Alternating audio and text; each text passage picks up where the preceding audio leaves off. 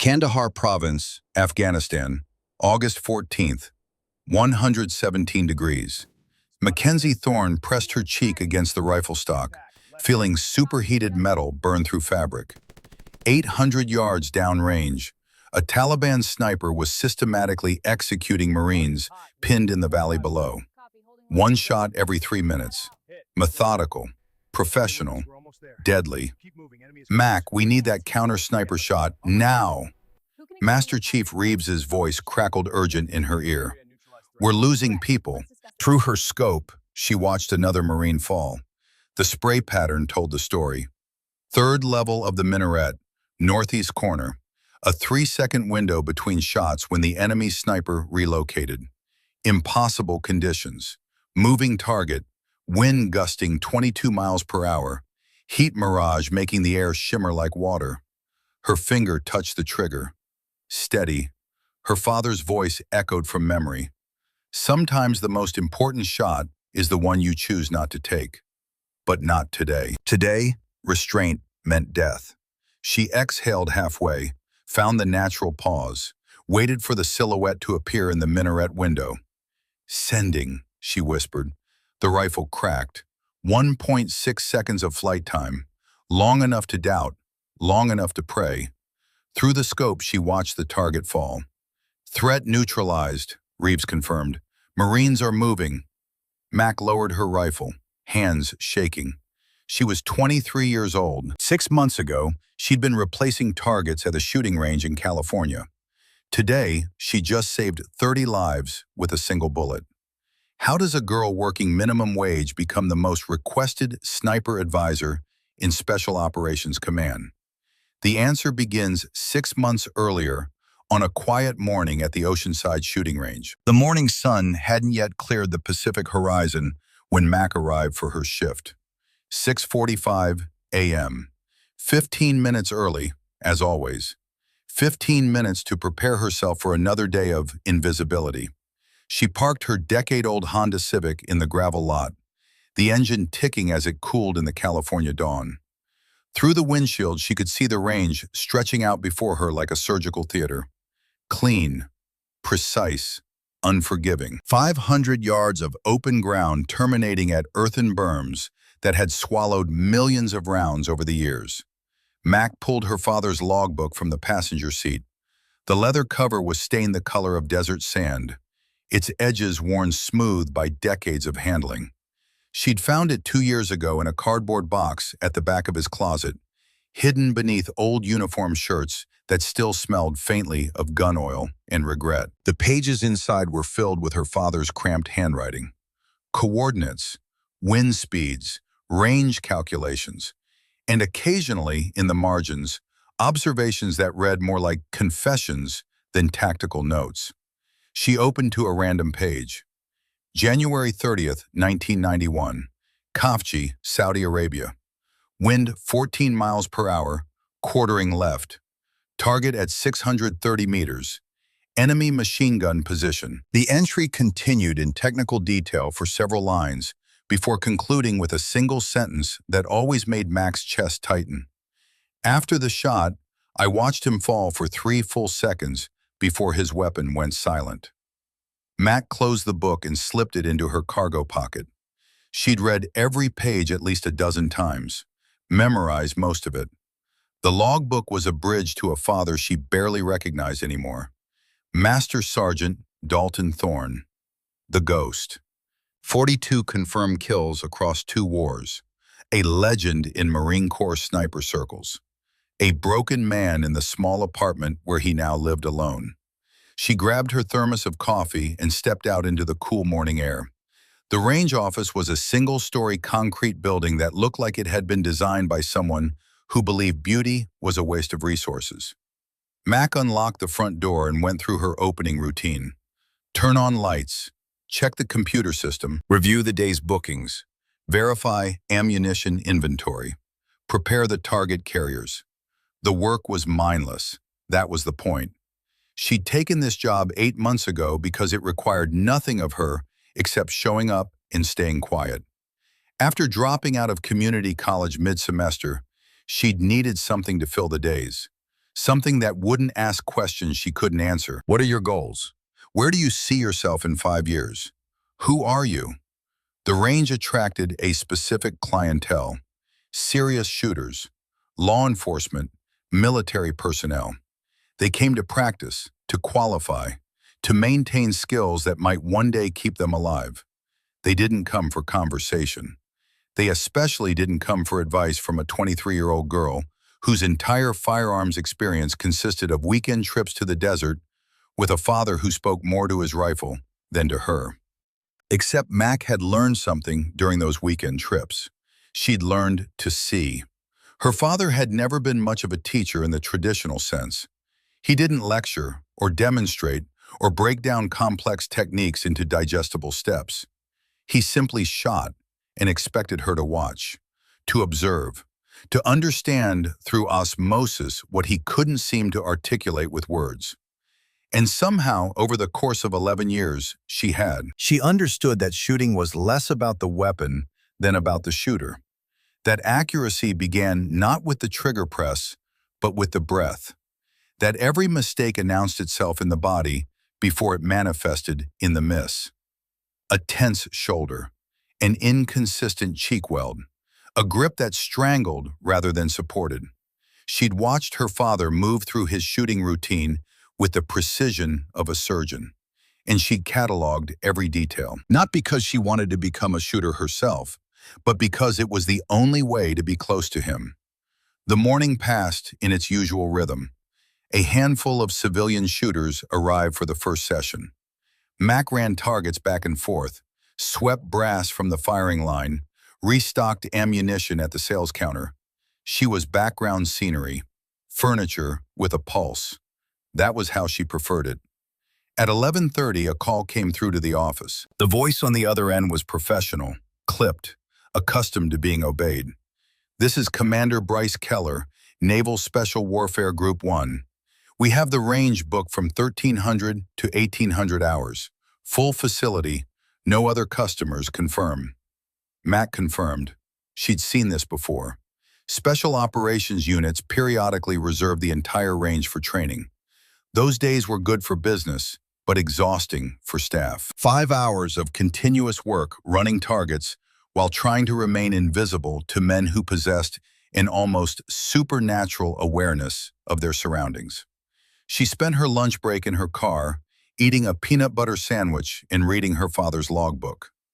February 4th, 1993, Mogadishu, Somalia. The entry was longer than usual, more detailed. The technical information was there, ranges and wind calls and ammunition types, but beneath it, breaking through the clinical language, was something raw. "Today I killed 8 men in 4 hours. The math says I saved 30 American lives. My heart says something different. My heart says I'm damned." Mac had called her father last night, a weekly ritual that neither of them seemed to enjoy but both felt obligated to maintain. The conversation had lasted 4 minutes. "How are you doing, Dad?" "Fine." "How's your leg?" "Fine." "Are you eating?" "Yes." "Are you drinking?"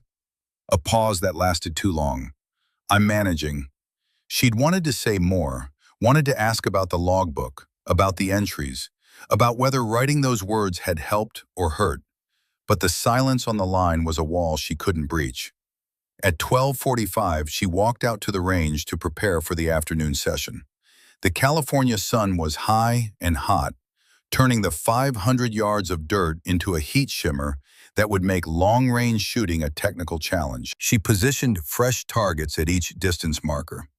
100 yards, 300, 500. The paper silhouettes fluttered in a light breeze that barely registered on her skin, but would matter enormously to anyone attempting precision fire.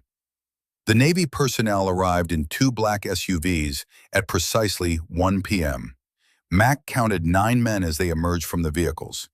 They moved with a quality she'd come to recognize.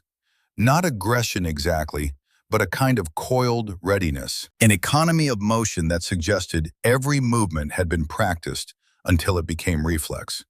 They wore civilian clothes but carried themselves with military bearing.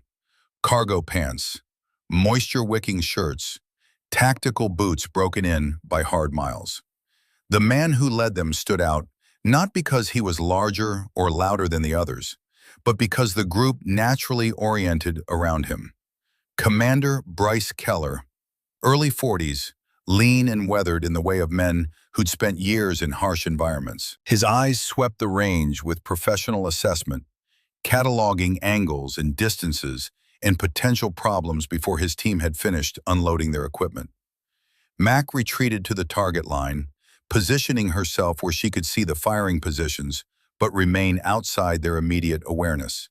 This was the art she'd perfected, useful but unobtrusive, present but invisible. She watched as they set up their gear with practiced efficiency, rifle cases, ammunition cans, spotting scopes, a portable chronograph for measuring bullet velocity. These were not weekend warriors. These were professionals maintaining skills that defined their operational value. One man in particular caught her attention. Younger than the others by several years, mid-20s perhaps, he carried himself with a swagger that seemed slightly out of sync with the rest of the team. Not confidence exactly, something more performative, as if he were playing the role of elite operator rather than simply being one. His gear was immaculate, too immaculate. Weapons that looked fresh from the armory rather than seasoned by use. He positioned himself at the firing line and immediately began adjusting his rifle, making minute changes to the scope, the stock length, the sling tension. The team leader, Keller, stood behind him with arms crossed, watching, assessing. His expression revealed nothing, but Mac had learned to read body language during her months at the range. The slight tightness around Keller's eyes, the way his jaw worked as if chewing on words he decided not to speak. This was a man exercising patience that was running thin. The younger SEAL settled behind his rifle and fired. The shot cracked across the range, sharp and clean. Through her binoculars, Mac watched the impact point, low and left, about 6 inches from center mass at 500 yards. Not terrible for a civilian, unacceptable for a Navy SEAL. He fired again, same result, low and left. And again, a pattern forming. The misses were consistent, which meant they weren't random, they were systematic, the product of technique flaws that had calcified into habit. Mac found herself unconsciously analyzing his form. His left elbow was too far under the rifle, creating an unstable platform. His breathing was erratic, visible even from her distance in the rise and fall of his shoulders. His trigger finger moved in a jerky slap rather than a smooth press. These were fundamental errors, the kind her father would have corrected in the first 5 minutes of instruction. The young SEAL fired through an entire magazine, 20 rounds, 20 misses. His frustration grew with each shot, manifesting in increasingly aggressive bolt manipulation, in the way he slammed the magazine into the rifle, in the tension that spread through his shoulders and back. After the 20th miss, he stood up abruptly, kicked the dirt, turned to his team leader with a face flushed red by more than just the afternoon heat. "This rifle is garbage, Commander. Barrels shot out, scopes off. Something's fundamentally wrong with this weapon. I've shot expert with this platform. The problem isn't me." Mac felt the words rising in her throat before her brain could stop them. Felt them pushing past years of practiced silence, past her commitment to invisibility, past her knowledge that speaking would shatter the careful neutrality she'd maintained. But she'd spent too many hours reading her father's logbook, too many sessions watching shooters make the same mistakes and blame everything except their own technique. Too many years knowing the truth and swallowing it. The rifle's fine. Her voice carried across the range, quiet but clear. 8 words that landed like a hand grenade in the middle of a professional military training session. 9 heads turned toward her in perfect synchronization. The young SEAL's face shifted from frustration to disbelief to anger in the space of a heartbeat. His mouth open. "What the hell did you just say?" Mac's pulse hammered in her ears. Every instinct screamed at her to apologize, to retreat, to take back the words. But she'd crossed a line and there was no walking backwards across it. She stepped forward from the target line, moving closer to the firing positions. Close enough that they could see her face. Close enough that she couldn't hide. The rifle's fine. You're anticipating recoil and jerking the trigger. Your form's wrong. Left elbow's too far under the weapon, creating an unstable platform. You're strangling the grip, and you're slapping the trigger like you're trying to surprise yourself. Those are fixable problems, but not if you blame the equipment. The silence that followed felt like falling. The young SEAL's face had gone from red to white, his hands clenched at his sides. Commander Keller stepped forward, his boots crunching on the gravel. His expression was unreadable, dangerous in its neutrality. "Who are you?" Keller's voice was quiet, the kind of quiet that made you listen harder. "Mackenzie Thorne. I work here. I'm sorry, I shouldn't have." "No," Keller cut her off. "Don't apologize for speaking truth." His eyes narrowed slightly. "Where did you learn to diagnose shooting problems like that?" Mac hesitated. This was the moment. The point where she could retreat into vagueness, protect her father's privacy, maintain the walls that had defined their relationship for years. Or she could answer honestly and accept the consequences. "My father taught me." "Your father have a name?"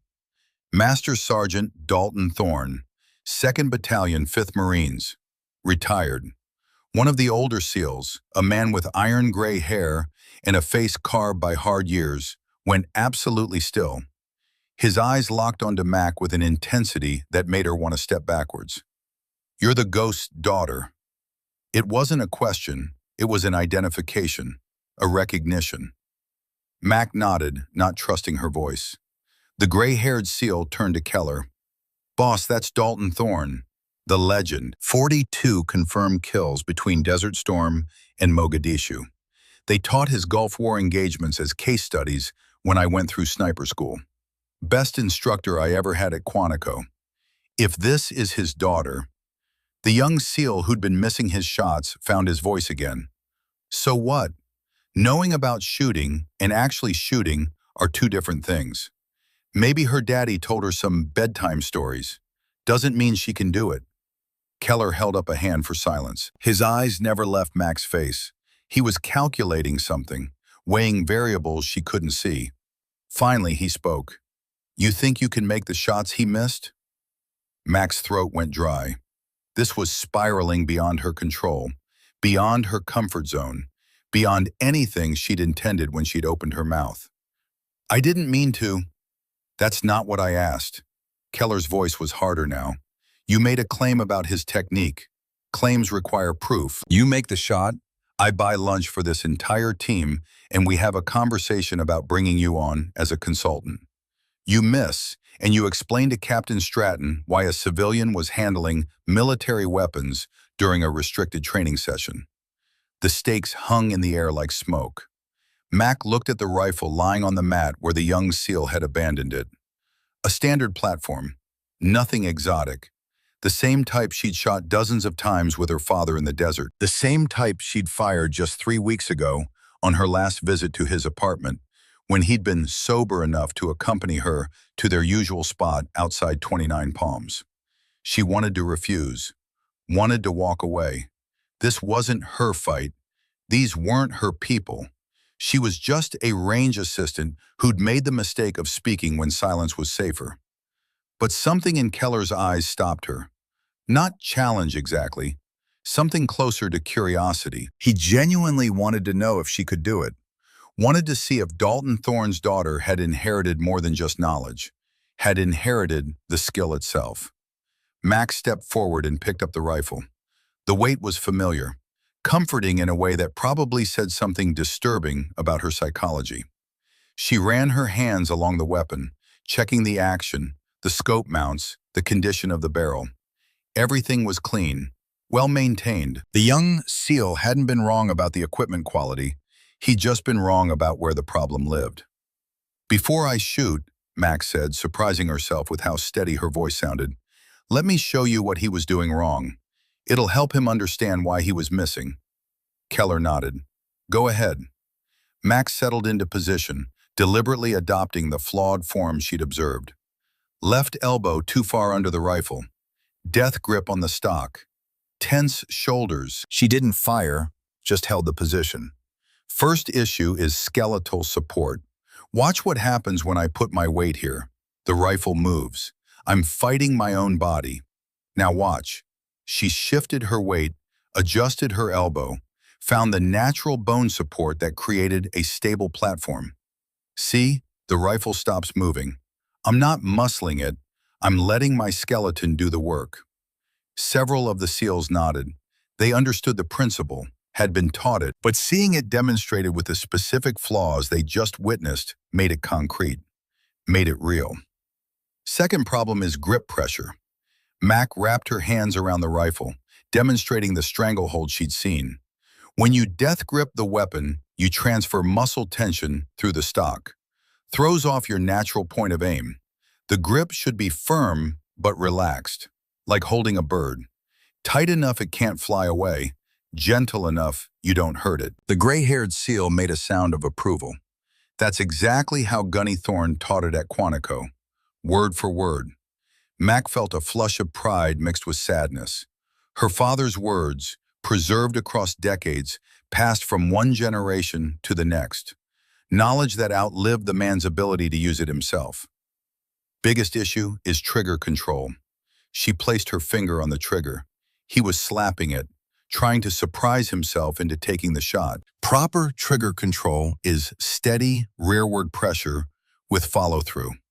You should be surprised when the rifle fires, but not because you jerked the trigger. Keller stepped closer. Textbook explanation. Now show us you can execute what you're teaching. Max settled into her final shooting position, made micro adjustments until everything felt right. The rifle scope was clearer than she was used to, bringing the 500-yard target into sharp focus. She could feel the breeze on her left cheek. Light, maybe 3 miles per hour. Not enough to worry about at this distance. The temperature was hot, which meant the air was thin, which meant the bullet would fly slightly flatter than in cooler conditions. All variables her father had taught her to consider, to feel rather than calculate. She placed her finger on the trigger, found the first stage of resistance, began applying steady pressure while maintaining perfect sight alignment. The moment stretched, suspended. Her pulse slowed. Her breathing found its natural pause. The crosshairs settled on center mass and stopped moving. The rifle became an extension of her body. The target became the only thing that existed in the universe. The trigger broke clean, surprising her exactly as it should. The rifle recoiled straight back into her shoulder. Through the scope, she watched the bullet impact, a small puff of dust appearing exactly where she'd aimed. Center mass. Perfect. But she wasn't done. Without lifting her head from the scope, she worked the bolt smoothly. The spent brass ejected with a metallic tink. She chambered another round and settled back into position. The breathing, the natural pause, the steady trigger press, the break, another perfect hit. She fired a third time. Same process, same result. When she finally lifted her head from the scope, the range was completely silent except for the distant sound of waves against the cliffs a half-mile away. Keller was studying the target through his spotting scope. His face revealed nothing for several seconds that felt like hours. Finally, he lowered the scope and looked at Mac with something approaching awe. 3 shots, 2.1-inch group, dead center. That's better shooting than most of us managed this morning. That's competition-grade accuracy under pressure. The gray-haired SEAL stepped forward, extending his hand. Master Chief Donovan Reeves. I knew your father when he was still teaching. He was the best I ever saw. Looks like the apple didn't fall far. Max shook his hand, feeling the calluses that matched her father's. That came from years of hard use. Where is your father now? Reeves asked. Still active? The question landed like a punch to the sternum. Mac's throat tightened. He's not. Medical discharge in '97. Training accident. Helicopter crash. He lost his left leg below the knee. Hasn't fired a rifle since. The information settled over the group like a heavy blanket. These men understood what that meant. Understood that for someone like Dalton Thorne, losing the ability to perform the skill that defined him was worse than losing the limb itself. Reeves's face showed genuine pain. "I'm sorry, I didn't know." A black sedan pulled into the parking lot, different from the SUVs the SEAL team had arrived in, more official. The door opened and a man in navy dress blues emerged. His bearing and the deference shown by the SEALs indicated significant rank. Keller straightened slightly. "That's Captain Stratton, our commanding officer. He's probably here to check on training progress." Mac felt a spike of anxiety. She was still holding a military rifle, having just demonstrated shooting skills to a SEAL team. The situation suddenly felt much more complicated than a simple range demonstration. Keller must have sensed her tension. "Easy, you did good. Just be honest if he asks questions." Captain Nolan Stratton approached the group with measured strides. His hair was silver at the temples, his face weathered by years of responsibility. His eyes took in the scene with practiced assessment. "Commander Keller, how's training progressing?" "Very well, sir. We've actually had some unexpected assistance from one of the range staff. This is Mackenzie Thorne. Her father is Master Sergeant Dalton Thorne, 2nd Battalion, 5th Marines, retired." Stratton's eyebrows rose slightly. "Thorne, I know that name. The Ghost. 42 confirmed kills across 2 wars. Legendary sniper, legendary instructor." He studied Mac with new interest. "And what kind of assistance have you been providing, Miss Thorne?" Mac found her voice. "I identified some technical issues with one of your team's shooting form and provided coaching based on what my father taught me. Then I demonstrated proper technique when challenged to prove my assessment was accurate." Stratton walked to the spotting scope and examined the target Mac had just shot. He stayed there for a long moment, analyzing the tight group of holes clustered at center mass. When he returned to the group, his expression had shifted from polite interest to genuine attention. "Miss Thorne, that's not recreational shooting. That's precision marksmanship at a level that would qualify you for military competition teams. What's your background?" "Just what my father taught me, sir. We've been shooting together since I was 12, every weekend for 11 years, until his injury made it too difficult." Stratton pulled out his phone and stepped away from the group. Mac watched as he made a call, speaking in low tones she couldn't quite hear. After 2 minutes, he returned. "Miss Thorne, I just spoke with Colonel Wade Hargrove. He runs Sentinel Defense Solutions, a civilian contractor that provides specialized training to military and law enforcement. He's very interested in meeting you." Mac's heart hammered. This was escalating beyond anything she'd imagined. "I'm not sure I'm qualified to—" Stratton held up a hand. "Colonel Hargrove served with your father. They were in the same unit during Desert Storm. He says your father saved his life in Kafji, 1991. Been trying to repay that debt for 30 years.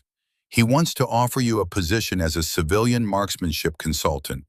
Part-time, flexible hours, training military and law enforcement personnel in advanced shooting techniques." The words hit Mac like physical objects. Her father had never mentioned Hargrove, had never mentioned saving anyone's life. The logbook entries from Kafji focused on shots taken, ranges calculated, wind conditions analyzed, not on heroism, not on sacrifice. The silence her father maintained about his service suddenly felt heavier, more deliberate, as if he'd been protecting her from something. "Sir," Max said carefully, "I appreciate the offer, but I need to discuss this with my father first. He doesn't talk much about his service, and he's not going to be happy that I used his name." Stratton's expression softened slightly. "I understand, but Miss Thorne, talent like yours doesn't come along often. The ability to shoot at that level is rare. The ability to diagnose and correct problems in others is even rarer. You have both. Colonel Hargrove will be calling you directly. I suggest you at least hear what he has to say." The SEAL team began packing their equipment. The training session had been disrupted, redirected into something none of them had anticipated. The young SEAL who'd missed his shots approached Mac. His swagger was gone, replaced by something that looked like grudging respect. "I'm Lieutenant Garrett Wolf. I was an ass earlier. You were right about my form, all of it. Think you could show me again? Slower this time?" Mac nodded. They spent the next 20 minutes working through his technique, adjusting his elbow placement, teaching him to feel the natural respiratory pause, demonstrating the difference between a slap and a press on the trigger. By the end, Wolf was hitting center mass consistently. Not perfect groups, but solid fundamentals that would improve with practice. When the SEALs finally departed, Mac stood alone on the range as the sun began its descent toward the Pacific. Her phone buzzed in her pocket. "Unknown number," she answered. "Miss Thorne? This is Colonel Wade Hargrove. Captain Stratton said you might be expecting my call." The voice was rough, worn by years of shouting commands across deserts and mountains. But beneath the roughness was warmth, genuine emotion. "Your father pulled me out of a burning Humvee in Kafji, January 30th, 1991. We were taking fire from 3 directions. Vehicle hit an IED. I was trapped, couldn't move. Your father ran through incoming rounds, pulled me out, carried me 200 meters to safety. Took shrapnel in his back doing it. 3 men died in that Humvee. I wasn't one of them because of Dalton Thorne." Mac felt tears building behind her eyes. She'd read the entry from that day, had read it a dozen times. The technical details about the IED, the ranges to enemy positions, the ammunition expenditure, but nothing about a rescue, nothing about heroism, just clinical descriptions of shots taken and threats neutralized. "Colonel, I don't know what to say. Say you'll work for me. I run Sentinel Defense Solutions. We provide advanced training to special operations units, law enforcement tactical teams, federal agencies. I need instructors who understand shooting at the highest level. Stratton said you shot a 2-inch group at 500 yards under pressure. Said you diagnosed and corrected problems in a Navy SEALs technique in under 5 minutes. That's exactly what I need. $38 an hour. Flexible schedule. You can keep your current job if you want. Try it part-time. See if you like it." Mac's mind raced. $38 an hour was more than triple what the range paid her. That kind of money would change things, would give her options she didn't currently have. But the weight of it felt wrong somehow, as if she were capitalizing on her father's legacy without his permission. "I need to talk to my dad first. I already called him." Hargrove's voice was gentle. He didn't answer. Left a message. Told him I was offering you a job. Told him it was the least I could do after what he did for me. "Mackenzie, your father is a complicated man. I know that. I served with him for 2 years. Watched him carry ghosts that would have broken most people. But he raised a daughter with skills that could save lives. Skills that could bring people home to their families. That matters. Think about it. Call me tomorrow." The line went dead. Mac stood holding the phone, watching the sun paint the sky in shades of orange and red. The range was empty now, just her and 500 yards of dirt and the ghosts of shots taken and shots declined and all the space between. She drove to her father's apartment, a small 1-bedroom unit in a complex that had seen better decades. The parking lot was cracked asphalt and chain-link fencing. She climbed the exterior stairs to the 2nd floor and knocked on door 212. Waited. Knocked again. The door opened. Dalton Thorne stood in the frame, backlit by the dim light of his living room. He'd lost weight since she'd last seen him 2 weeks ago. His face was gaunt, his eyes red-rimmed. The prosthetic leg was visible below his shorts, all carbon fiber and mechanical precision. In his right hand was a glass with 2 fingers of amber liquid. Bourbon, probably, his medication of choice. "Dad, Mac." His voice was flat, emotionless. "I got a call from Wade Hargrove. I know, I'm sorry. I didn't mean to. You had no right." He swayed slightly, steadied himself against the doorframe. "No right to use my name, my service, to put me on display like some kind of circus act for people to gawk at. That's not what happened. I was just Trying to what? His voice rose, then cracked. Trying to prove you're my daughter? Trying to show you learned something from all those weekends in the desert? Congratulations, you can shoot. You know what that's gotten me? A broken body and nightmares I can't drink away. Mac felt anger rising to match his. Why did you never tell me about Hargrove? About pulling him out of that Humvee? Your logbook just has technical details. Nothing about saving his life.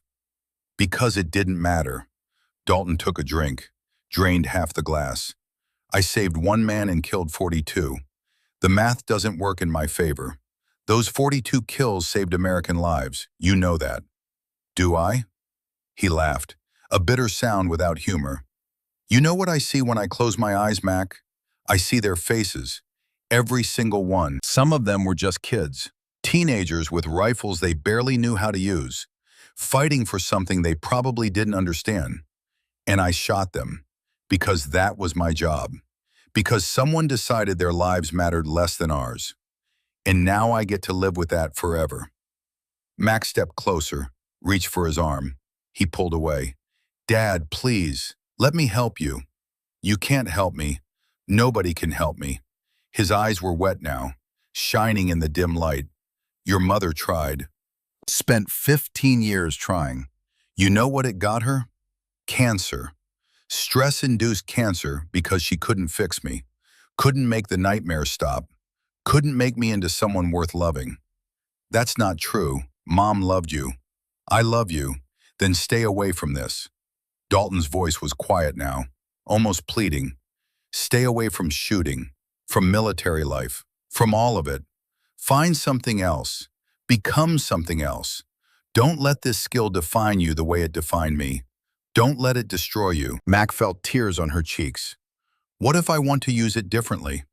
What if I want to teach people, help them survive? You think that makes it better?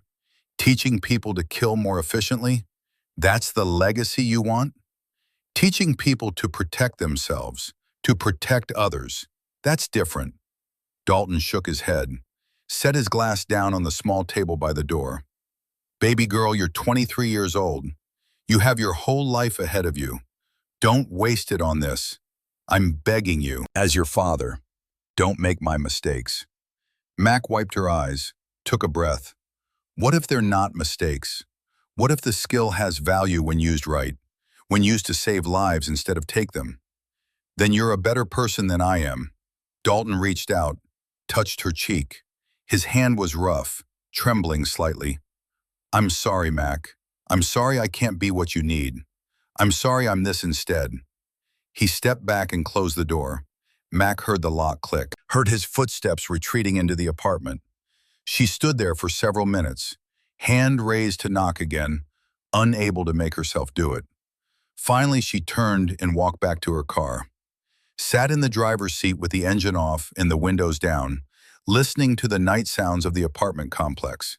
TVs through thin walls, distant arguments, a dog barking, the ordinary symphony of people living ordinary lives. She pulled out her phone and found Colonel Hargrove's number, stared at it for a long time, thought about her father's words, his fear, his pain, his desperate desire to protect her from the thing that had broken him. But she also thought about Master Chief Reeves saying her father was the best instructor he'd ever had, about Lieutenant Wolf's hits after just 20 minutes of coaching, about the possibility that maybe, just maybe, the skill could mean something different in her hands than it had meant in her father's. She pressed call. The phone rang twice before Hargrove answered. Colonel, this is Mackenzie Thorne. I've thought about your offer. When can I start? The gates of Camp Pendleton opened before dawn. Mac drove through in her Honda Civic, following the directions Colonel Hargrove had sent the night before. The Marine Corps base sprawled across 125,000 acres of Southern California coastline.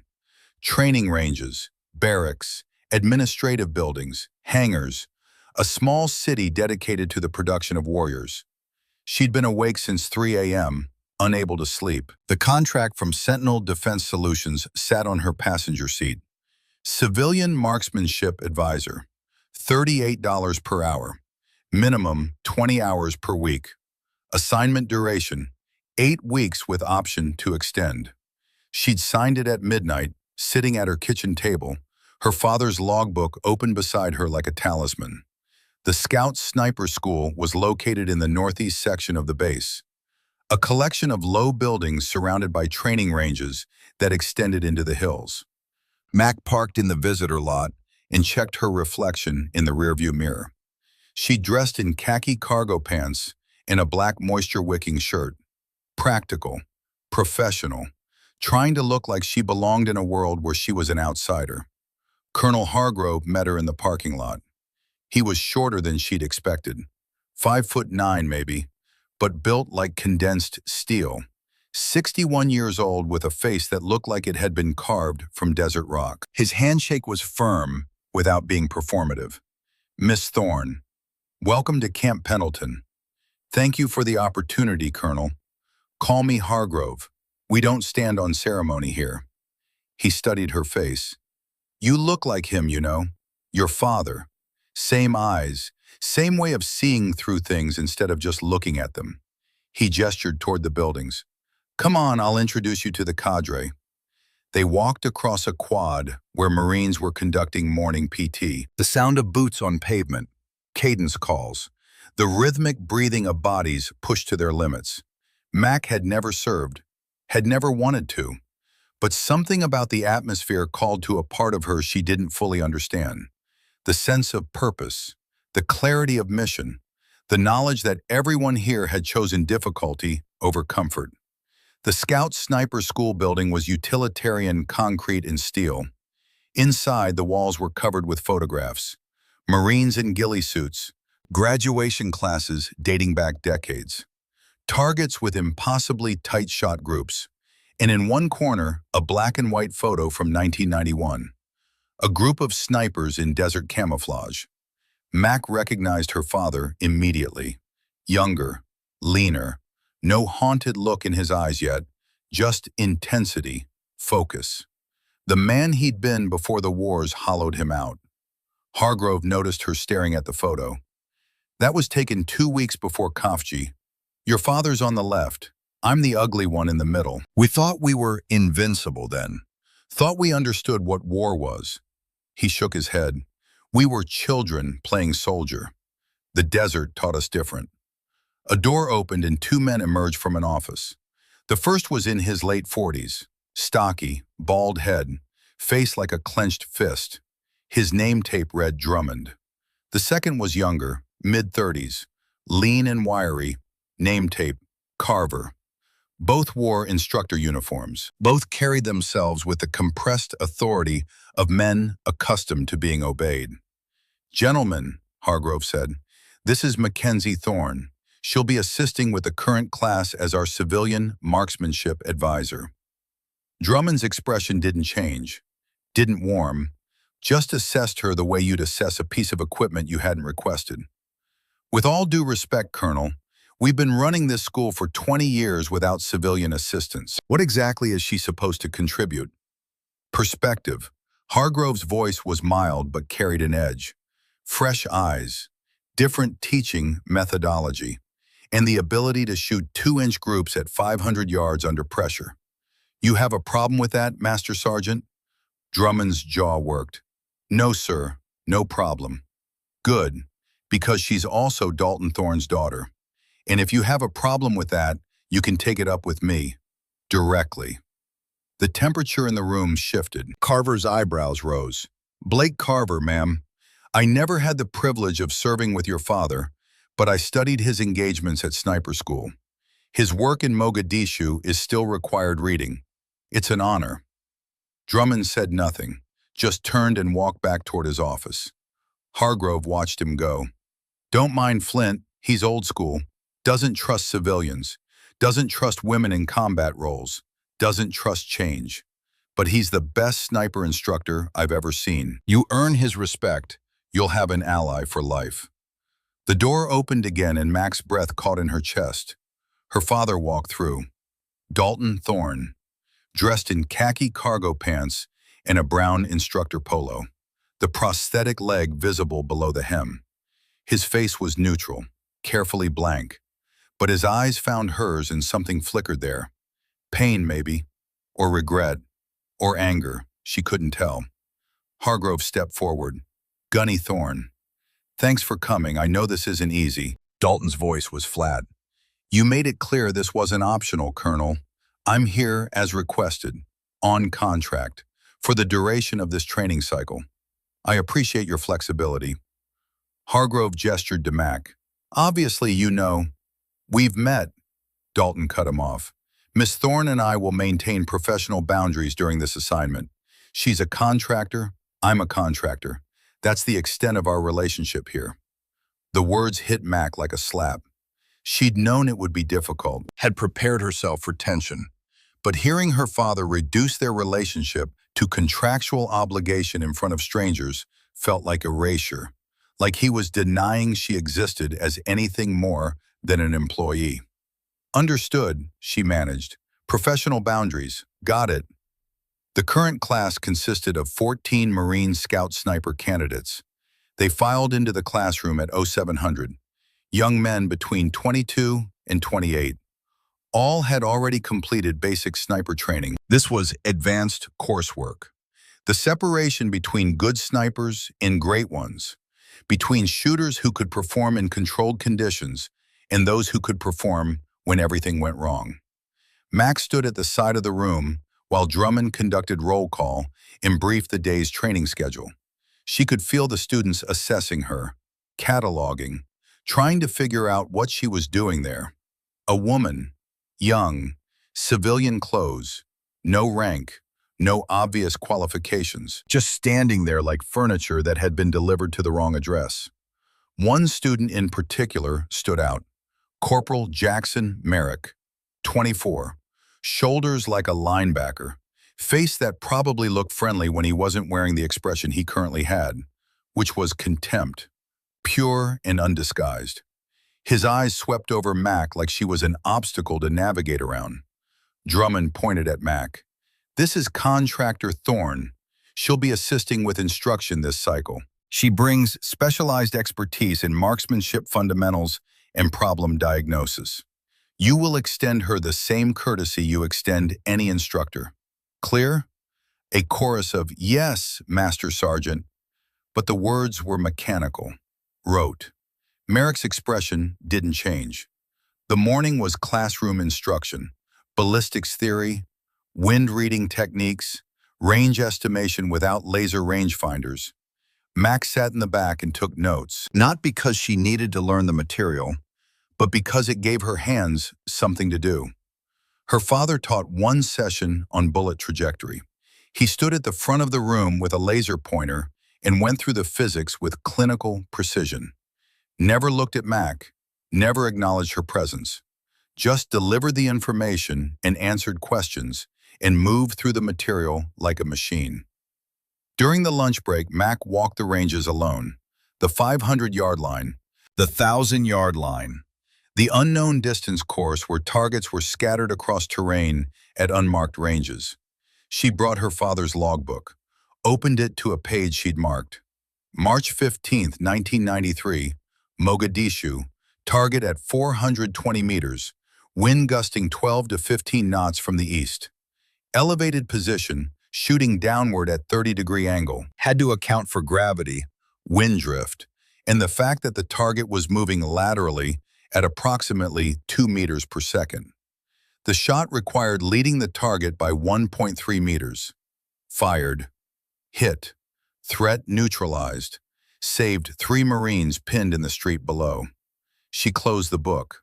Her father had written those words, had lived that moment, had made calculations under pressure that most people couldn't make in a quiet room with unlimited time. And somewhere in the years between that rooftop in Somalia and the broken man in the apartment, something had shattered. The skill remained, but the purpose had curdled into guilt, the pride into shame. Mac, she turned. Her father stood 10 feet away, hands in his pockets, face carefully neutral but cracking at the edges. We should talk. They walked to a quiet corner of the range. Dalton stopped, maintaining deliberate distance, close enough to speak quietly, far enough to maintain walls. Hargrove backed me into a corner, he said. Made this contract a package deal. Both of us, or neither. I tried to protect you from this world, but here we are. Mac felt anger rising. So I'm here because you were blackmailed. That's not what I mean, Dalton's voice cracked. I'm saying, I don't know how to do this, how to watch you walk into the same life that broke me, how to be proud and terrified at the same time. Then just be my father, not my commanding officer, not the ghost, just Dad. Dalton's face crumpled for a second before he rebuilt it. Tomorrow's qualification. Merrick's setting you up. He knows the course. You'll be shooting cold. Then help me. Teach me. The request hung between them. Finally, Dalton nodded. Okay, tonight, we'll go over everything. The afternoon session was live fire. Students shot from various positions at targets from 300 to 800 yards. Mac observed, took notes, noticed patterns. 3 students had breathing problems. 2 had trigger control issues. 1 had a flinch he was trying to hide. She wanted to intervene, to correct, to teach. But Drummond had made it clear she was there to observe for the first week, to learn their methodology before offering suggestions. Corporal Merrick shot well, better than well. His groups were tight, consistent. He moved through his shooting routine with confidence. But Mac noticed something, a slight hitch in his follow-through. Nothing obvious, just a tiny relaxation of his grip immediately after the shot. It wasn't causing misses yet, but under stress, under pressure, it would. It was a crack in the foundation that would widen until the whole structure failed. After the range session, Merrick approached her. His swagger was pronounced, deliberate. So you're the ghost daughter. That must be nice. Having a famous daddy to ride on. Mac kept her voice level. I'm here because Colonel Hargrove hired me, same as everyone else. Right, Merrick smiled. It wasn't friendly. Tell me something. Can you actually shoot? Or do you just know the theory because Daddy told you bedtime stories? I can shoot. Prove it. Tomorrow. Unknown distance qualification. You and me. Same course. Same conditions. Let's see if you can back up all this theoretical knowledge with actual skill. Mac knew this was a trap. Knew that accepting would put a target on her back, would make her an enemy of someone who clearly had influence with the other students. But she also knew that refusing would be worse, would confirm everything Merrick believed about her, that she was an imposter, a fraud, someone who'd gotten position through connection rather than competence. Fine, tomorrow, same course as the students. Merrick's smile widened. Looking forward to it, ma'am. That evening, Max sat in her car in the parking lot and called her father. He answered on the 4th ring. Yeah, Dad, I need to qualify tomorrow. Unknown distance. One of the students challenged me. I need to prove I belong here. Silence on the line. Then, what's his name? Corporal Merrick. More silence. Dalton's breathing was audible, heavy. Finally, he's the top student, scores in the high 90s on everything. He's setting you up. He knows the course, knows the ranges. You'll be shooting cold. No practice, no familiarity with the terrain. I know. Then why did you agree? Because if I didn't, I'd lose all credibility. With the students, with the cadre, with everyone. Mac pressed her forehead against the steering wheel. I need your help, Dad. I need you to tell me how to do this. Another long silence. When Dalton spoke again, his voice was different, softer, more like the father she remembered from childhood. Okay, listen carefully. The unknown distance course at Pendleton has 12 positions, targets from 400 to 900 yards. They won't tell you the ranges. You have to estimate using terrain features. Wind is always tricky because of the hills. Creates eddies and swirls that the flags don't show. You have to read the mirage. Watch the grass. Feel it on your skin. Mac grabbed a notebook, started writing. Keep going. He talked for 40 minutes, walked her through every position, every likely target placement, every wind trap and optical illusion the course was designed to create. Shared techniques he developed over decades, methods that weren't in any manual, knowledge that existed only in his head and in the margins of his logbook. By the time they finished, Mac had filled 8 pages. "Dad," she said when he was done, "thank you." "Don't thank me yet." Dalton's voice was rough. "Just don't get embarrassed tomorrow. Don't make me regret helping you." The next morning arrived cold and gray, marine layer fog rolling in from the ocean. Visibility, maybe 400 yards. The range cadre stood at the first firing position. Drummond, Carver, her father. Colonel Hargrove had driven down to observe. And all 14 students, including Merrick with his confident smile. Drummond laid out the rules. 10 targets, unknown distances. You get 1 sighting shot per position to confirm your 0, then 10 shots for record. Passing score is 7 hits out of 10. Standard is 8. Excellence is 9 or better. He looked at Mac. "Contractor Thorne, you'll shoot first. Merrick shoots second. Everyone else observes." Mac settled into the first position, prone. The fog was starting to lift, but it made range estimation difficult. She studied the terrain, looked for the tells her father had described. A slight rise in the ground that indicated 400 yards. A tree line that marked 600. She chambered around, sighting shot first, aimed at the tree line and fired. The bullet impacted low and left. She adjusted her scope. 2 clicks up, 1 click right. "Ready for record," Drummond said. Max settled in, found her breathing. The target appeared in her scope, a silhouette barely visible through the morning haze. She made her final calculations. Squeezed. The rifle cracked. Through the spotting scope, Carver called out, "Hit, center mass." 9 more shots. 9 more targets scattered across terrain designed to deceive. Mac moved through them with mechanical precision. Breathing, aiming, firing.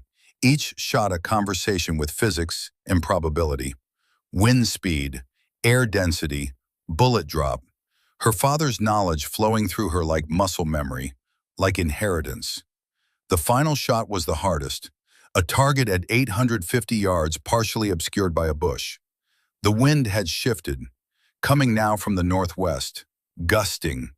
Her father had warned her about this position, said it was where most students failed. The mirage made the target appear closer than it was. The wind pushed from a direction the flags didn't indicate. You had to trust calculation over perception. Had to believe in the math when your eyes lied. Mac made the correction. Held 4 feet right of the target to account for wind drift. Aimed 2 feet high to account for distance and gravity. It felt wrong. Looked wrong. Every instinct screamed that she was aiming at empty air, but her father's voice was in her head. Trust the numbers. Always trust the numbers. She fired. Carver studied the spotting scope. Silence stretched for 3 seconds, then hit. Edge of the kill zone, but a hit. Drummond walked to Mac. His face was still neutral, but something had shifted in his eyes. 10 shots. 10 hits. Perfect score. He paused. That was professional-level shooting under difficult conditions. "I stand corrected about your qualifications." Merrick stepped up to the firing line. His confidence was still there, but it had acquired an edge, a hardness. He shot well, very well. His first 7 shots were perfect. Then the 8th missed. Just barely. The 9th hit. The 10th missed again. Final score, 8 out of 10. Passing, even good, but not perfect. When he stood up, his face was flushed, red creeping up from his collar. He wouldn't look at Mac, wouldn't acknowledge what had just happened, just walked away from the firing line with rigid posture and clenched fists. That evening, Mac returned to her car to find a note under the wiper. Block letters on notebook paper. "We don't need you here. Go back to whatever college you dropped out of and let the real Marines train in peace." It wasn't signed. Didn't need to be. Her phone rang. Her father. "I heard. Perfect score. I'm..." He trailed off. Couldn't finish the sentence. "You're what, Dad?" I'm proud of you. The words came out rough, unpracticed, like a language he'd forgotten how to speak. And I'm sorry for how I've been, for pushing you away, for making you think you had to prove something to me. You never did. You were always enough. Mac felt tears building. Dad, I need to tell you something. Dalton's voice was steadier now. Something I should have told you years ago. Your mother didn't die from stress. She died from cancer. Bad luck. Bad genetics. Nothing to do with me or my problems. But I told myself it was my fault. Needed it to be my fault. Because if it was my fault, that meant I could have prevented it. Could have saved her. The alternative was accepting that some things just happen, that we're not in control. And I couldn't accept that. The tears were falling now, streaming down Mac's face. Why are you telling me this? Because you need to know that this skill, this ability we share, it didn't destroy your mother. It didn't destroy me. My choices destroyed me. My refusal to get help, my drinking, my isolation. That's what broke me. Not the shooting. The shooting was just a tool, like a hammer. A hammer can build a house or break a window. Depends on who's holding it and what they choose to do with it. Mac couldn't speak, just held the phone and cried. You're using the hammer to build, baby girl. I see that now.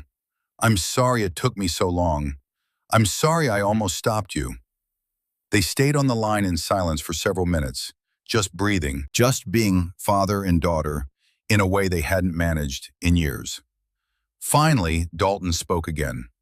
The crucible exercise is in 5 weeks, the final test.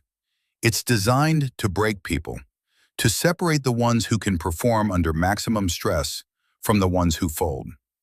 Drummond is going to make it harder for you than for the students. You know that, right? I know. Good, then let's make sure you're ready. The next 4 weeks became a rhythm. Days at Camp Pendleton working with the students, evenings on the phone with her father, going over techniques and scenarios. Weekends at the desert range outside 29 Palms, practicing together for the first time in years. Dalton stayed sober during those weekends, present in a way he hadn't been since before the wars, teaching not just technique but philosophy, the mental game, the psychology of performance under pressure. Mac learned that she had a gift for instruction, for seeing the specific flaw that was causing a specific problem, for explaining complex concepts in ways that made sense to people who learned differently than she did. 3 students who'd been struggling improved dramatically under her coaching. Even Merrick, after his initial hostility faded into grudging respect, began asking her questions, seeking feedback, accepting correction. Drummond watched it all with his perpetual scowl gradually softening. One evening, after a particularly good training day, he pulled Mac aside. You're good at this. Better than I expected. Better than most instructors I've seen. You got a future in this if you want it. Thank you, Master Sergeant. That means a lot. Your father called me last night. First time I've talked to him since he retired. He asked me to take care of you. Make sure the students didn't give you too much grief. I told him you don't need taking care of. You're handling yourself just fine. How did he sound? Drummond considered the question. Sober, focused. More like the gunny thorn I remember from the old days. Whatever you're doing, keep doing it. He needs this as much as you do. The crucible exercise was scheduled for week 7. 12 students remained. 2 had washed out. Mac had been told she'd participate alongside them. Same standards, same conditions. Drummond had made no secret of the fact that he was going to make her challenge harder than theirs. A test within the test. Not just of her shooting, but of her ability to problem solve and perform when the parameters kept changing. The night before the exercise, her father drove down from his apartment, met her at a diner off base. They sat in a booth in the back and ate mediocre burgers while the jukebox played country music from the 80s. Tomorrow's going to be hard, Dalton said. Drummond's going to throw things at you that aren't in any training manual. Situations designed to have no good solution, just less bad options. I'm ready. I know you are. But Mac, listen to me. If something feels wrong, if the shot isn't there, don't take it. It's better to not shoot than to shoot wrong. In training, you fail the exercise. In real life, you kill someone who didn't need killing, and you carry that forever. Is that what happened to you? In Mogadishu? Dalton was quiet for a long time. Then, one of them, one of many, he looked at his hands, rough, scarred, the hands of someone who'd worked hard his entire life. I made choices I had to make in the moment, choices that saved American lives. But knowing it was necessary doesn't make it easier to live with, doesn't stop the faces from appearing in my dreams. Mac reached across the table, took his hand. You did your job. You brought people home. That's what matters. Maybe. Dalton squeezed her hand. His grip was strong despite the tremor that had been there for years. Just promise me something. Promise me you'll remember that shooting is always the last option, that the best shot is usually the one you don't take. That restraint is harder than action, but usually wiser. I promise.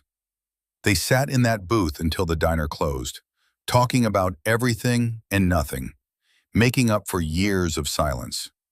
When they finally said goodnight in the parking lot, Dalton pulled her into a hug, the first real embrace they'd shared since her mother's funeral. I love you, Katie. I'm sorry it took me so long to figure out how to say it again. I love you too, Dad. Tomorrow would bring the crucible, the final test. But tonight, under the stars in a diner parking lot, Mac felt ready for anything. The crucible began at 05:30, with fog so thick Mac could barely see 50 feet. She stood at the staging area with the 12 remaining students, all of them running through last-minute equipment checks. Rifle zeros, ammunition counts, range cards. The nervous energy was palpable, electric. This was the exercise that would determine who graduated and who went home. Drummond emerged from the operations building, carrying a clipboard and wearing an expression that suggested he'd been awake for hours, planning ways to make their lives difficult. The fog swirled around him like something from a war movie. He positioned himself at the front of the group and waited until every eye was on him. The scenario is a simulated hostage rescue. Enemy compound at 850 yards. Intelligence suggests 6 hostages being held among 10 to 12 enemy combatants. Your mission is to provide precision fire support for a ground assault team.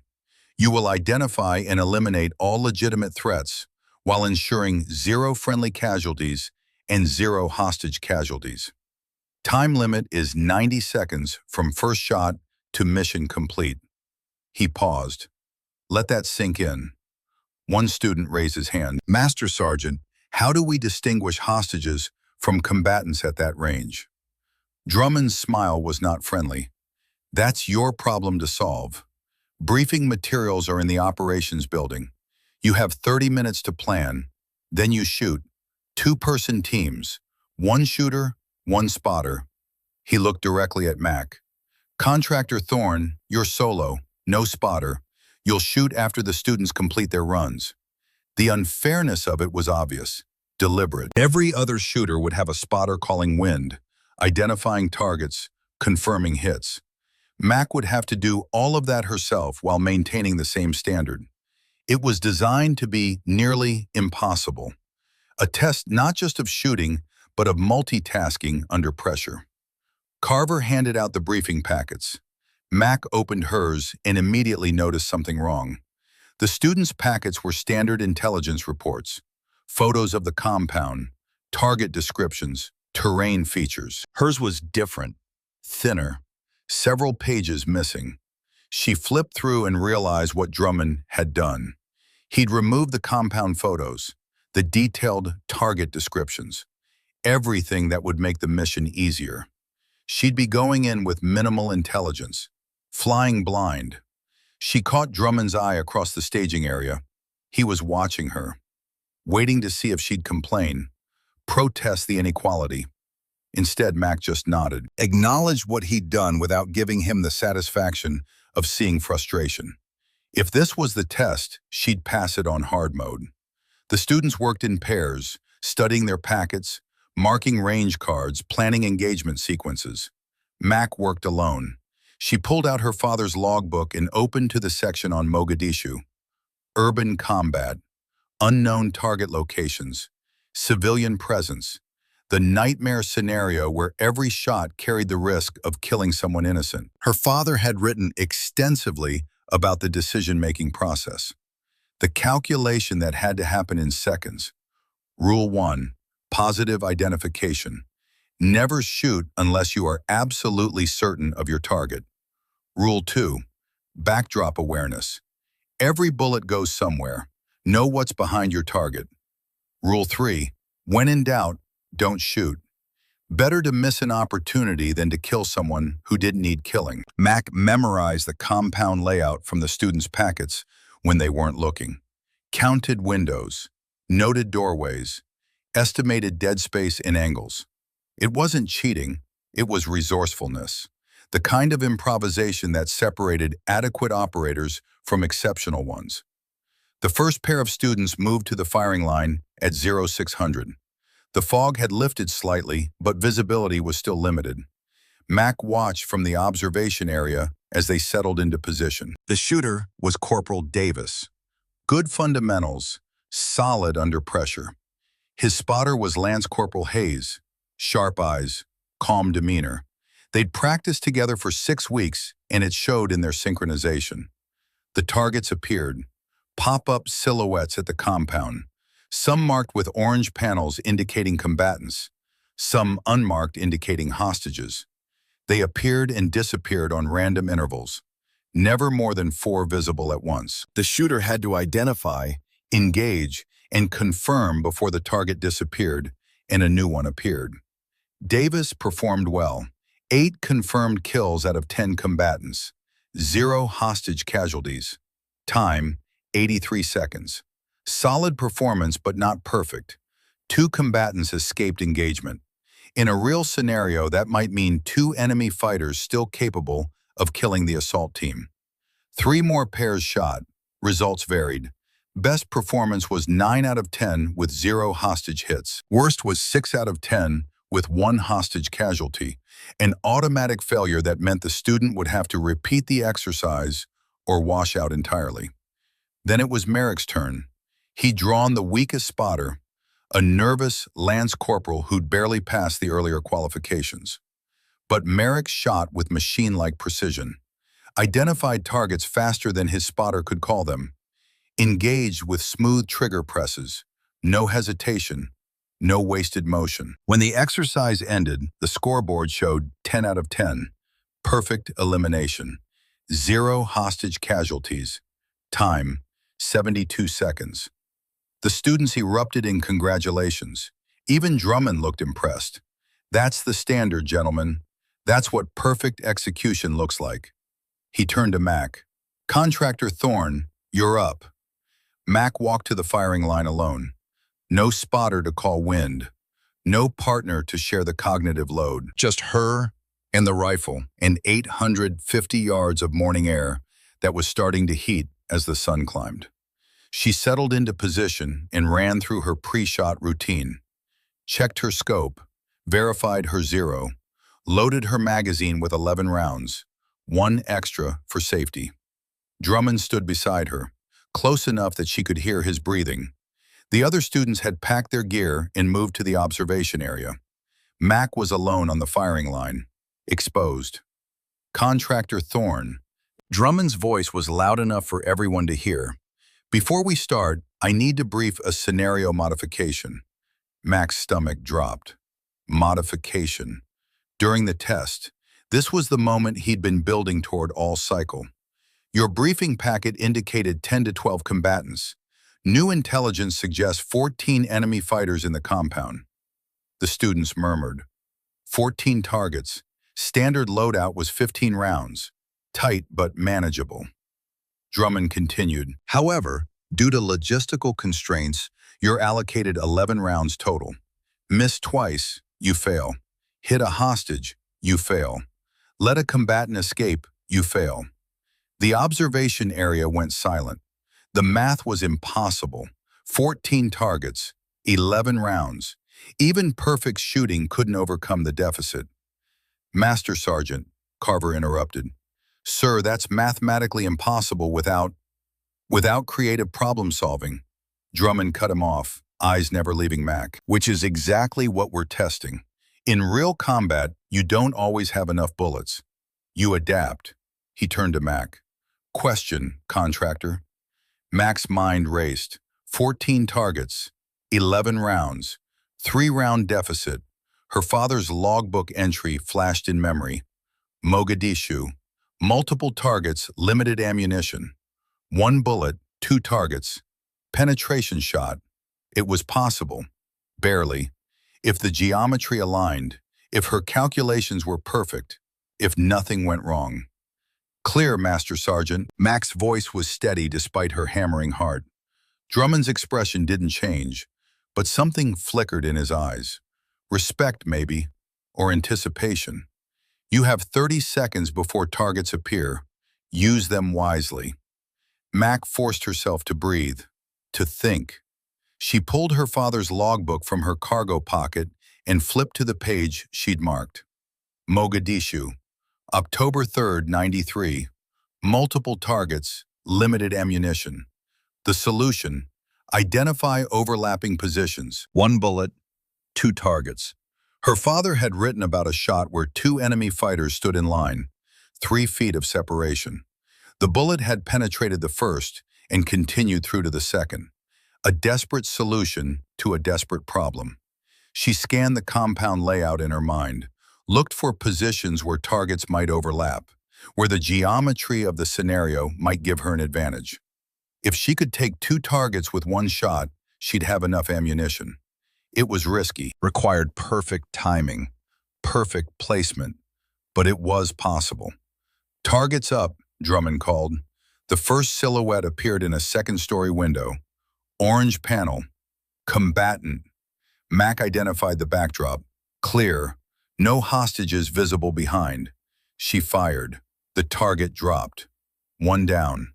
Targets appeared and disappeared in rapid succession.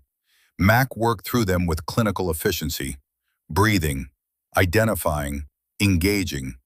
But she was counting rounds, counting targets, doing the math in her head while maintaining perfect form. 6 rounds fired, 6 targets down, 8 combatants remaining, 5 rounds left. Then she saw it. 2 targets appeared simultaneously in adjacent windows, both marked combatant, separated by approximately 4 feet. The angle was nearly perfect.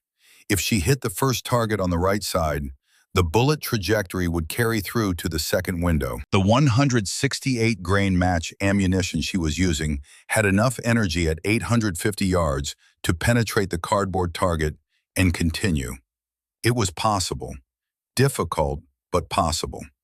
Mac made the calculation. Aim not at center mass of the first target, but at the right edge, where the bullet would have the cleanest path to continue.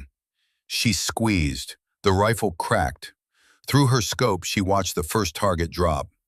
Then, impossibly, the second target also fell. The bullet had done exactly what she'd hoped. Penetrated and continued. 2 targets, 1 bullet.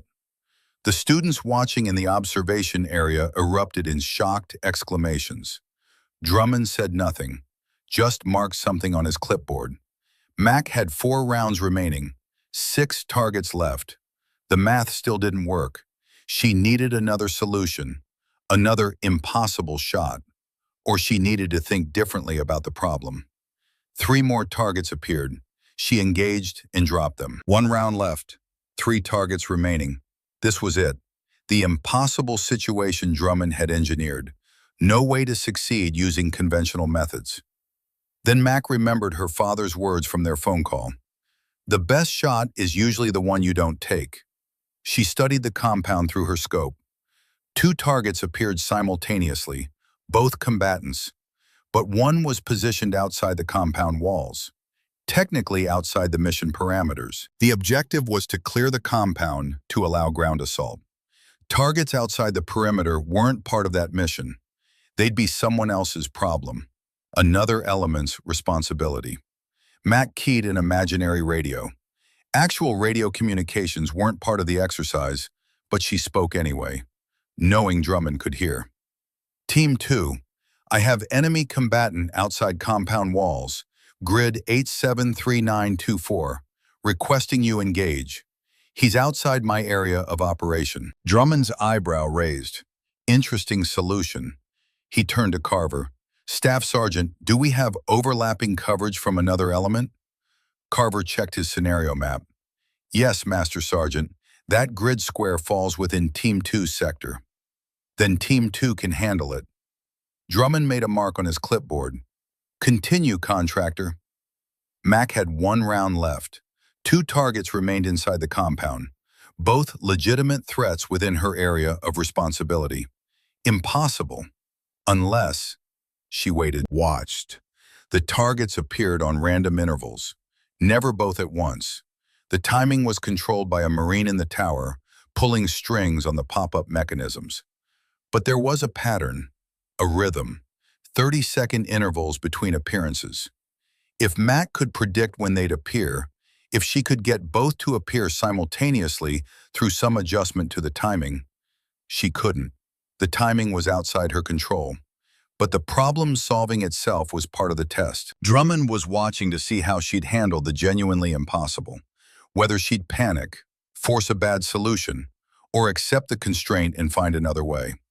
Mac lowered her rifle. Master Sergeant, I have insufficient ammunition to complete the mission as briefed. Request permission to reposition to a secondary firing point with resupply. Drummond's face was unreadable. In a real-world scenario, you wouldn't have that option. You'd be locked in position. What would you do? I'd call for backup. Request another sniper element to engage remaining targets while I provide cover and guidance. And if no backup was available, Mac met his eyes. Then I'd acknowledge mission failure, sir. Better to admit you can't complete an objective than to take shots you're not confident in and risk hostage casualties. Restraint under pressure is as important as performance. The observation area had gone completely silent. Every student was watching, waiting to see how Drummond would respond. He stood there for what felt like an hour, but was probably 30 seconds. Then he nodded. Acceptable answer. He made a final mark on his clipboard. Final score, 12 combatants eliminated, 2 remaining targets appropriately handed off or acknowledged as beyond current capability. 0 hostage casualties. 0 friendly fire incidents. Time, 79 seconds. He looked at the gathered students. Gentlemen, what Contractor Thorne just demonstrated is more important than perfect marksmanship. She demonstrated judgment. She took an impossible scenario and found creative solutions without compromising safety or ethics. She used geometry to solve an ammunition shortage. She properly identified targets outside her area of operation and handed them off.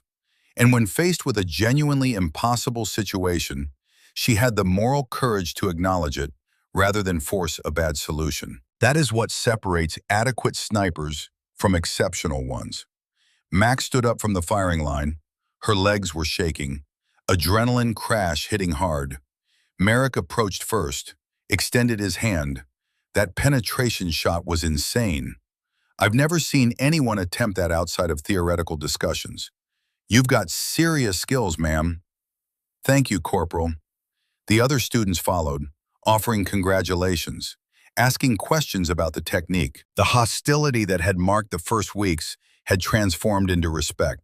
Not because she was perfect, but because she'd proven herself under the hardest conditions. Had demonstrated that her knowledge wasn't just theoretical, it was practical, tested, real. Drummond pulled her aside as the students dispersed for debriefing.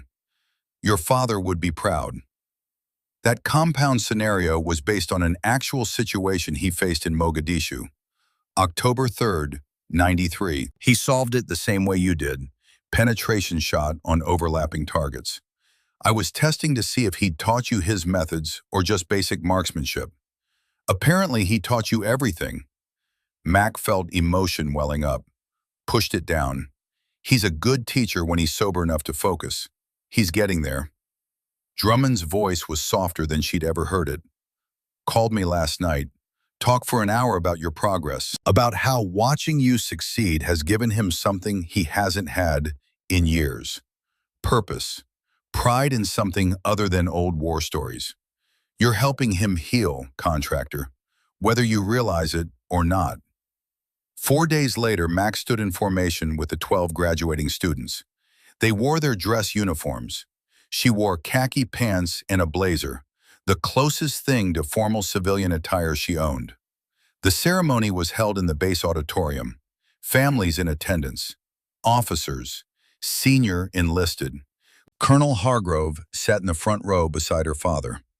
Dalton Thorne wore his dress blues for the first time in years.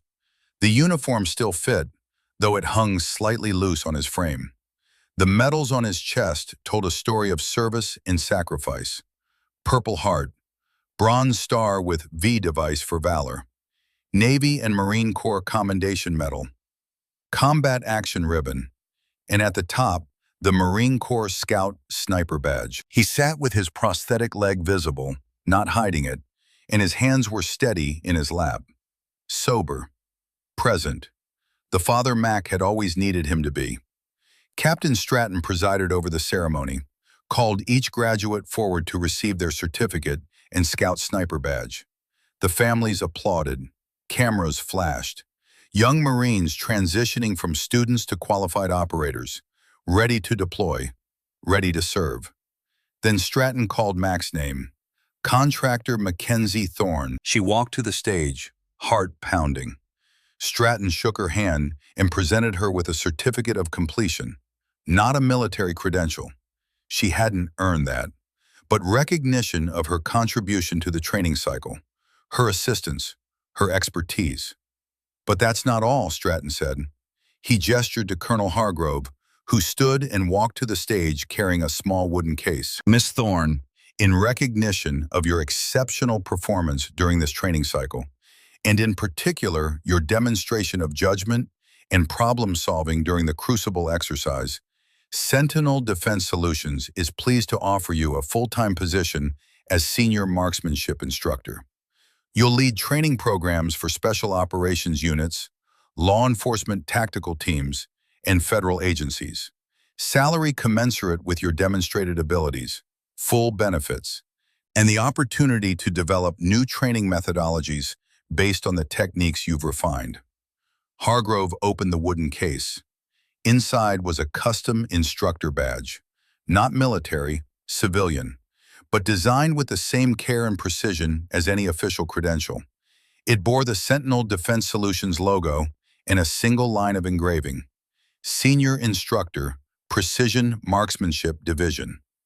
The auditorium erupted in applause, but Mac was only looking at one person, her father. Dalton Thorne was standing now, tears streaming down his face, applauding harder than anyone else in the room. His mouth moved in words she couldn't hear over the noise, but could read on his lips. I'm so proud of you. After the ceremony, families gathered outside for photos and congratulations. Mac found her father standing alone near the parking area, staring out at the training ranges. She approached quietly, stood beside him. They watched the sun setting over the Pacific, painting the sky in oranges and reds. Your mother should be here, Dalton said quietly. She'd be so proud, so happy to see what you'd become. I wish she could be. They were quiet for a moment. Then Dalton reached into his jacket and pulled out his logbook. The leather cover worn smooth by decades of handling. He held it out to Mac. This belongs to you now. Everything I learned, everything I figured out through trial and error and mistakes and occasional moments of clarity. It's yours. Use it better than I did. Mac took the logbook, felt the weight of it, the history. Dad, I can't take this. It's your record, your legacy, which is why I'm giving it to you. Dalton's voice was steady, strong. You're my legacy, Mac, not the shots I took or the missions I ran. You, and what you'll do with the skills I taught you. How you'll use them to protect people instead of just eliminating targets. That's what matters. That's what gives it all meaning. Mac hugged him, held on tight, felt him hold her back with the strength of someone who'd finally found his way out of a very dark place. Thank you for teaching me, for pushing me, for being honest about the cost, even when it hurt.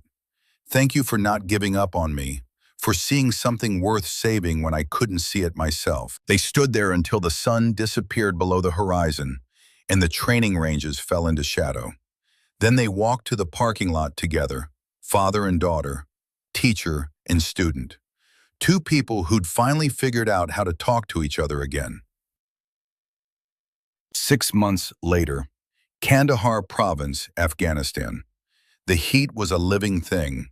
117 degrees of dry furnace air that turned breathing into labor. Mac lay prone on the ridgeline, rifle wedged against her shoulder, eye pressed to the scope. Sweat stung her eyes. The desert camouflage fabric of her contractor uniform was soaked through. Below in the valley, 800 yards distant, a Marine platoon was dying. Master Chief Reeves lay beside her in the spotter position. His voice was calm, but she heard the edge beneath. Mac, we need that counter sniper shot. Third man down in 12 minutes. We're running out of time. Through her scope, Mac watched the Marines hunker behind disabled vehicles.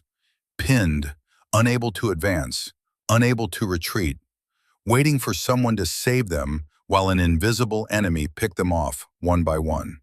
She'd been in Afghanistan for 4 months. Her role was supposed to be training, teaching Afghan National Army snipers. Safe, controlled. Nobody had mentioned she'd end up on a ridgeline in active combat, hunting an enemy sniper who'd already killed 4 Americans. The Taliban sniper was good, professional, Russian-trained, intel suggested. Maybe Chechen. He was firing from somewhere in the old mosque compound. 40-plus windows, countless firing positions. He moved after every 3 shots, never giving away his location. Max studied the compound through her scope. The ancient stone structure shimmered in the heat mirage, making accurate range estimation nearly impossible. Wind flags indicated 12 miles per hour from the east, but ground-level wind often lied in mountain terrain. The real wind at mid-trajectory could be completely different. "Talk to me," Reeves said. "What are you seeing?" "Nothing. He's a ghost." Mac's frustration bled through. "Every time I think I've got his position, he moves." Another shot cracked across the valley. Mac watched a Marine corporal drop. Not killed, the round hit his shoulder, but wounded, screaming. His buddies couldn't reach him, couldn't drag him to cover. The sniper had him pinned in the open. 4 minutes, Reeves said quietly. "Maybe 5 before he bleeds out. Your call, Mac." Mac felt her father's logbook pressing against her chest beneath her tactical vest. She'd carried it on every deployment, every mission, a talisman, a connection to the man who taught her everything. She thought about his words from their last phone call before she deployed. In combat, you don't have time to think. You have to trust your training, trust your instincts, and if the shot isn't there, don't force it. The hardest thing is knowing when to pull the trigger and when to wait. But waiting meant watching that Marine bleed out. Waiting meant more Americans dying while she lay safe on a ridgeline, too afraid to act. Mac forced herself to breathe, to think like her father had taught her. When you can't see the enemy, watch their impacts. Trace the angles. Every bullet tells a story. She studied the wounded Marine's position, looked at the blood spray pattern, calculated the angle of impact. The bullet had come from elevated position, traveling downward at approximately 20 degrees. That narrowed the possible firing positions, not ground floor, second or third level. Eastern side of the compound based on the angle. "Reeves," Max said, "watch the minaret, eastern corner, third level windows." Checking. Reeves adjusted his spotting scope. Nothing visible, but good call. That's the only position with clear line of sight to all 4 KIAs.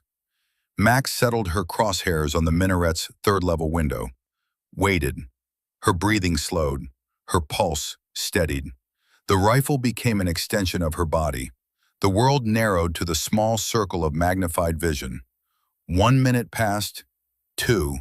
The wounded Marine's screams weakened. Then movement. Just a flicker. A shadow crossing behind the window opening. Contact, Reeves confirmed. I've got something. Looks like... Stand by. He's moving. Mac tracked left, following the shadow. For 3 seconds, a human silhouette was visible in the adjacent window. Dark clothing, rifle. The enemy sniper repositioning for his next shot. Range, Mac said. 827 yards. Wind now at... Shit, it's shifting.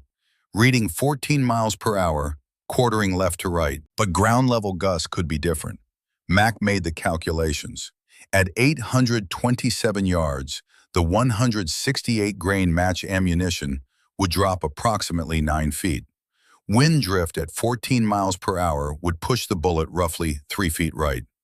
But that was assuming consistent wind. If it gusted to 20, the silhouette disappeared. Gone. Mac had missed her window. He'll appear again, Reeves said, after his next shot. 3-second window. That's your pattern. Mac's heart hammered. A 3-second window at 827 yards in gusty wind. Moving target. If she missed, she'd give away her position. The enemy sniper would know he was being hunted. He'd disappear into the compound's maze of rooms and tunnels. Or worse, he'd start hunting her. Movement in the valley. The wounded Marine had stopped screaming. 2 of his teammates were trying to reach him, crawling across open ground. Brave, stupid, suicidal. The enemy sniper fired. One of the crawling Marines jerked and fell. Hit. Not killed, but down. Now 2 wounded Americans in the open. Shadow moving in the minaret, Reeves called. Here he comes.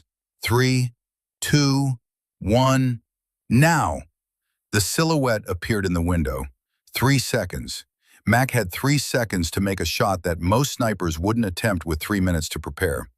Her father's voice was in her head. Not memory, not imagination. Real. Present. As if he were lying beside her on the ridgeline. You've made this shot 1,000 times. Desert range. 500 yards. 600.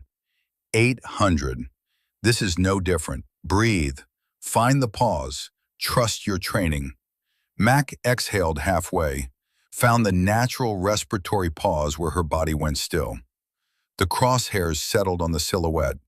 She calculated one final correction for wind, held 2 feet right of center mass, led the target slightly because he was moving.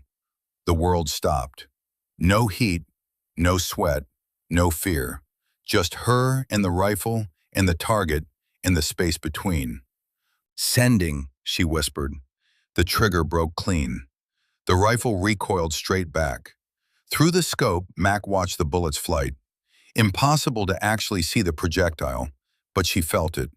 Imagined its arc through the superheated air, fighting gravity, fighting wind, carrying her will across 827 yards of desert.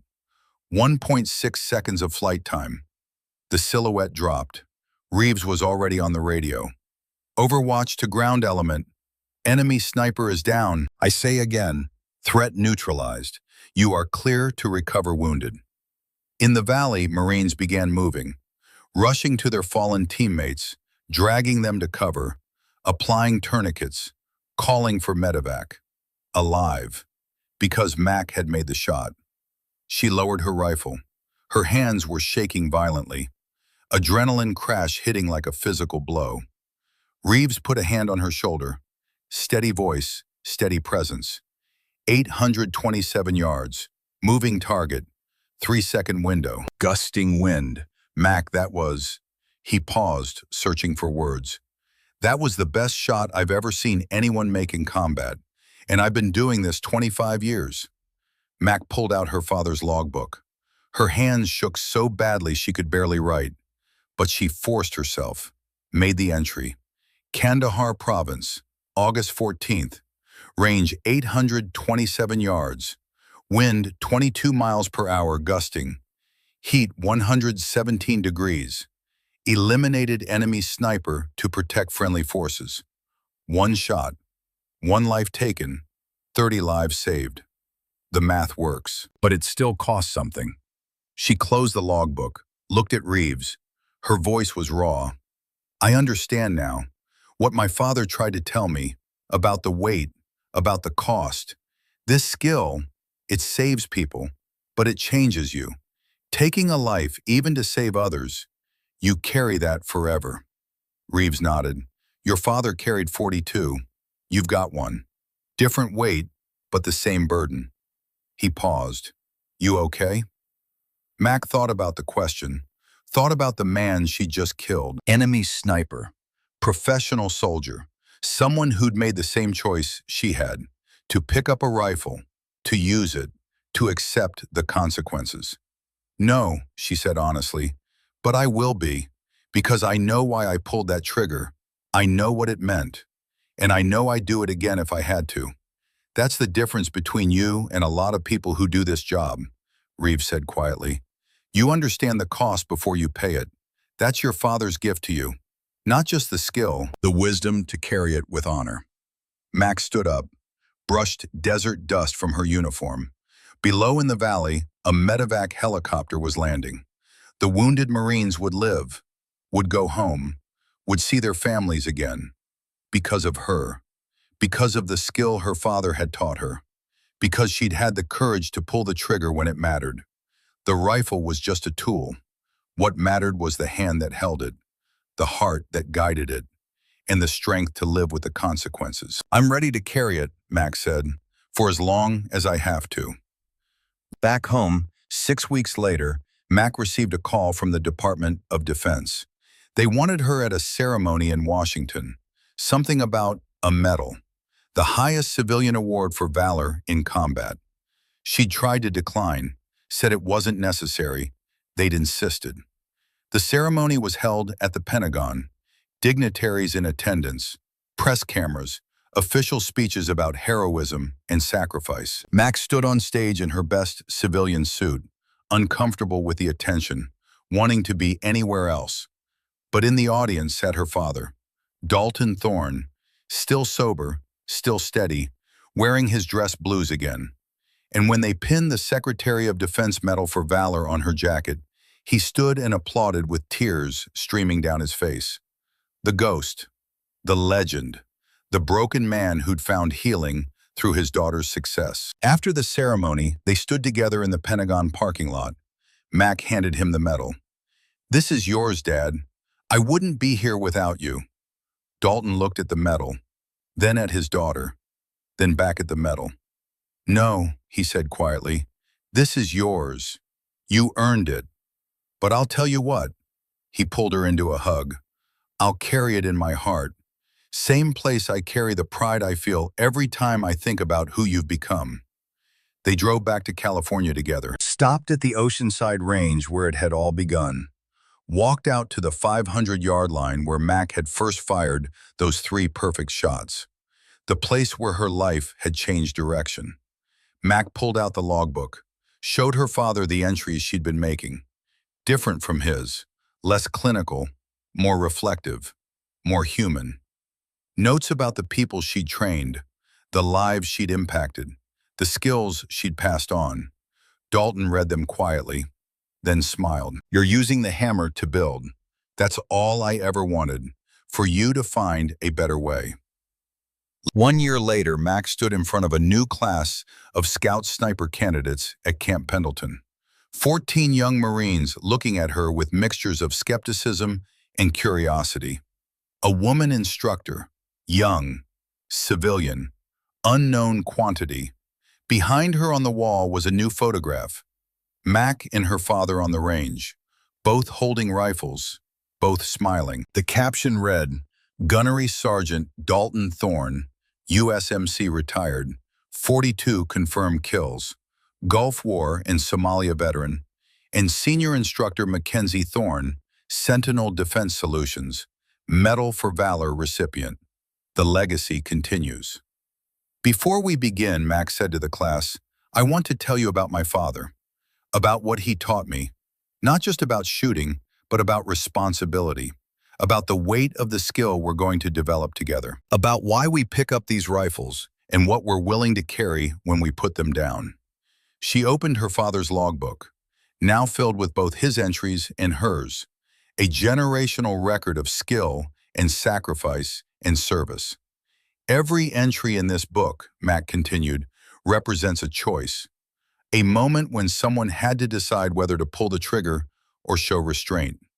My father wrote most of these entries, but not all. She opened to the most recent page. This one's mine, Kandahar Province. August 14th, one shot, one life taken, 30 lives saved. She looked up at the students. I'm not going to lie to you. This skill we're going to develop, it has weight, it has cost. Some of you will use it in combat, some of you won't. But all of you will carry the knowledge that you can take a life from 800 yards away. That's power. That's responsibility. That's burden. One student raised his hand. Ma'am, how do you deal with that? The burden? Mac glanced at the back of the room where her father sat. Dalton Thorne, 18 months sober, still healing, still fighting his demons, but present, engaged, teaching again. She met his eyes and he nodded. Permission, encouragement. You deal with it by remembering why you picked up the rifle in the first place, Mac said. Not to destroy, to protect. Not to take life, to preserve it. My father taught me that the best shot is often the one you don't take. That restraint requires more courage than action. That bringing people home is more important than counting kills. She closed the logbook, held it against her chest. This book is my father's legacy. But you know what his real legacy is? It's me. Not the shots I've made, not the missions I've run. It's the fact that he taught me to use this skill with wisdom, with restraint, with honor. He took something that nearly destroyed him and transformed it into something that heals, that protects, that builds. Mac walked to the back of the classroom, stood beside her father. Dalton looked up at her, eyes clear, face peaceful in a way it hadn't been for decades. That's what we're going to do together, Mac said to the class.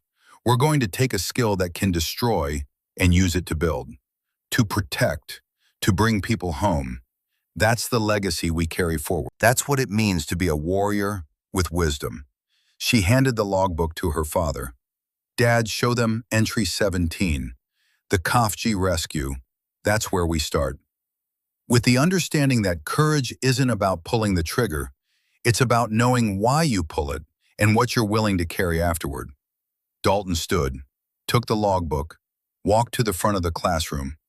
For the first time in 20 years, the ghost was teaching again, not haunted by his past, strengthened by it. Gentlemen, he said, his voice steady and strong, my name is Gunnery Sergeant Dalton Thorne, and I'm going to tell you about the day I learned that saving one life matters more than taking 42.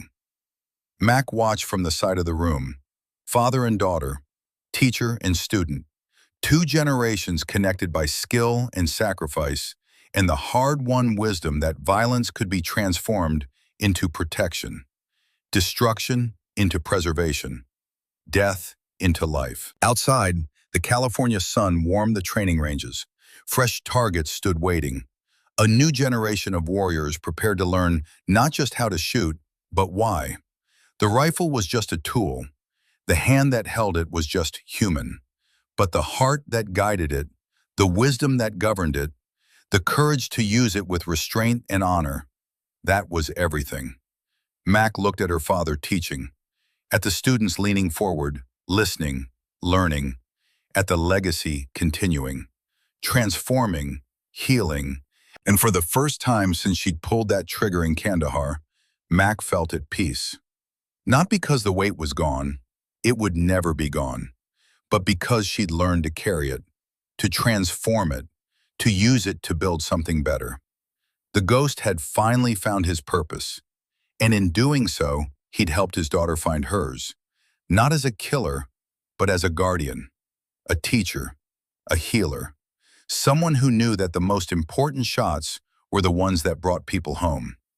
Max smiled, walked to the door, looked back one more time at her father teaching, at the students learning, at the legacy continuing. Then she stepped outside into the California morning and breathed deep. The range was ready, the students were ready, the future was ready, and so was she.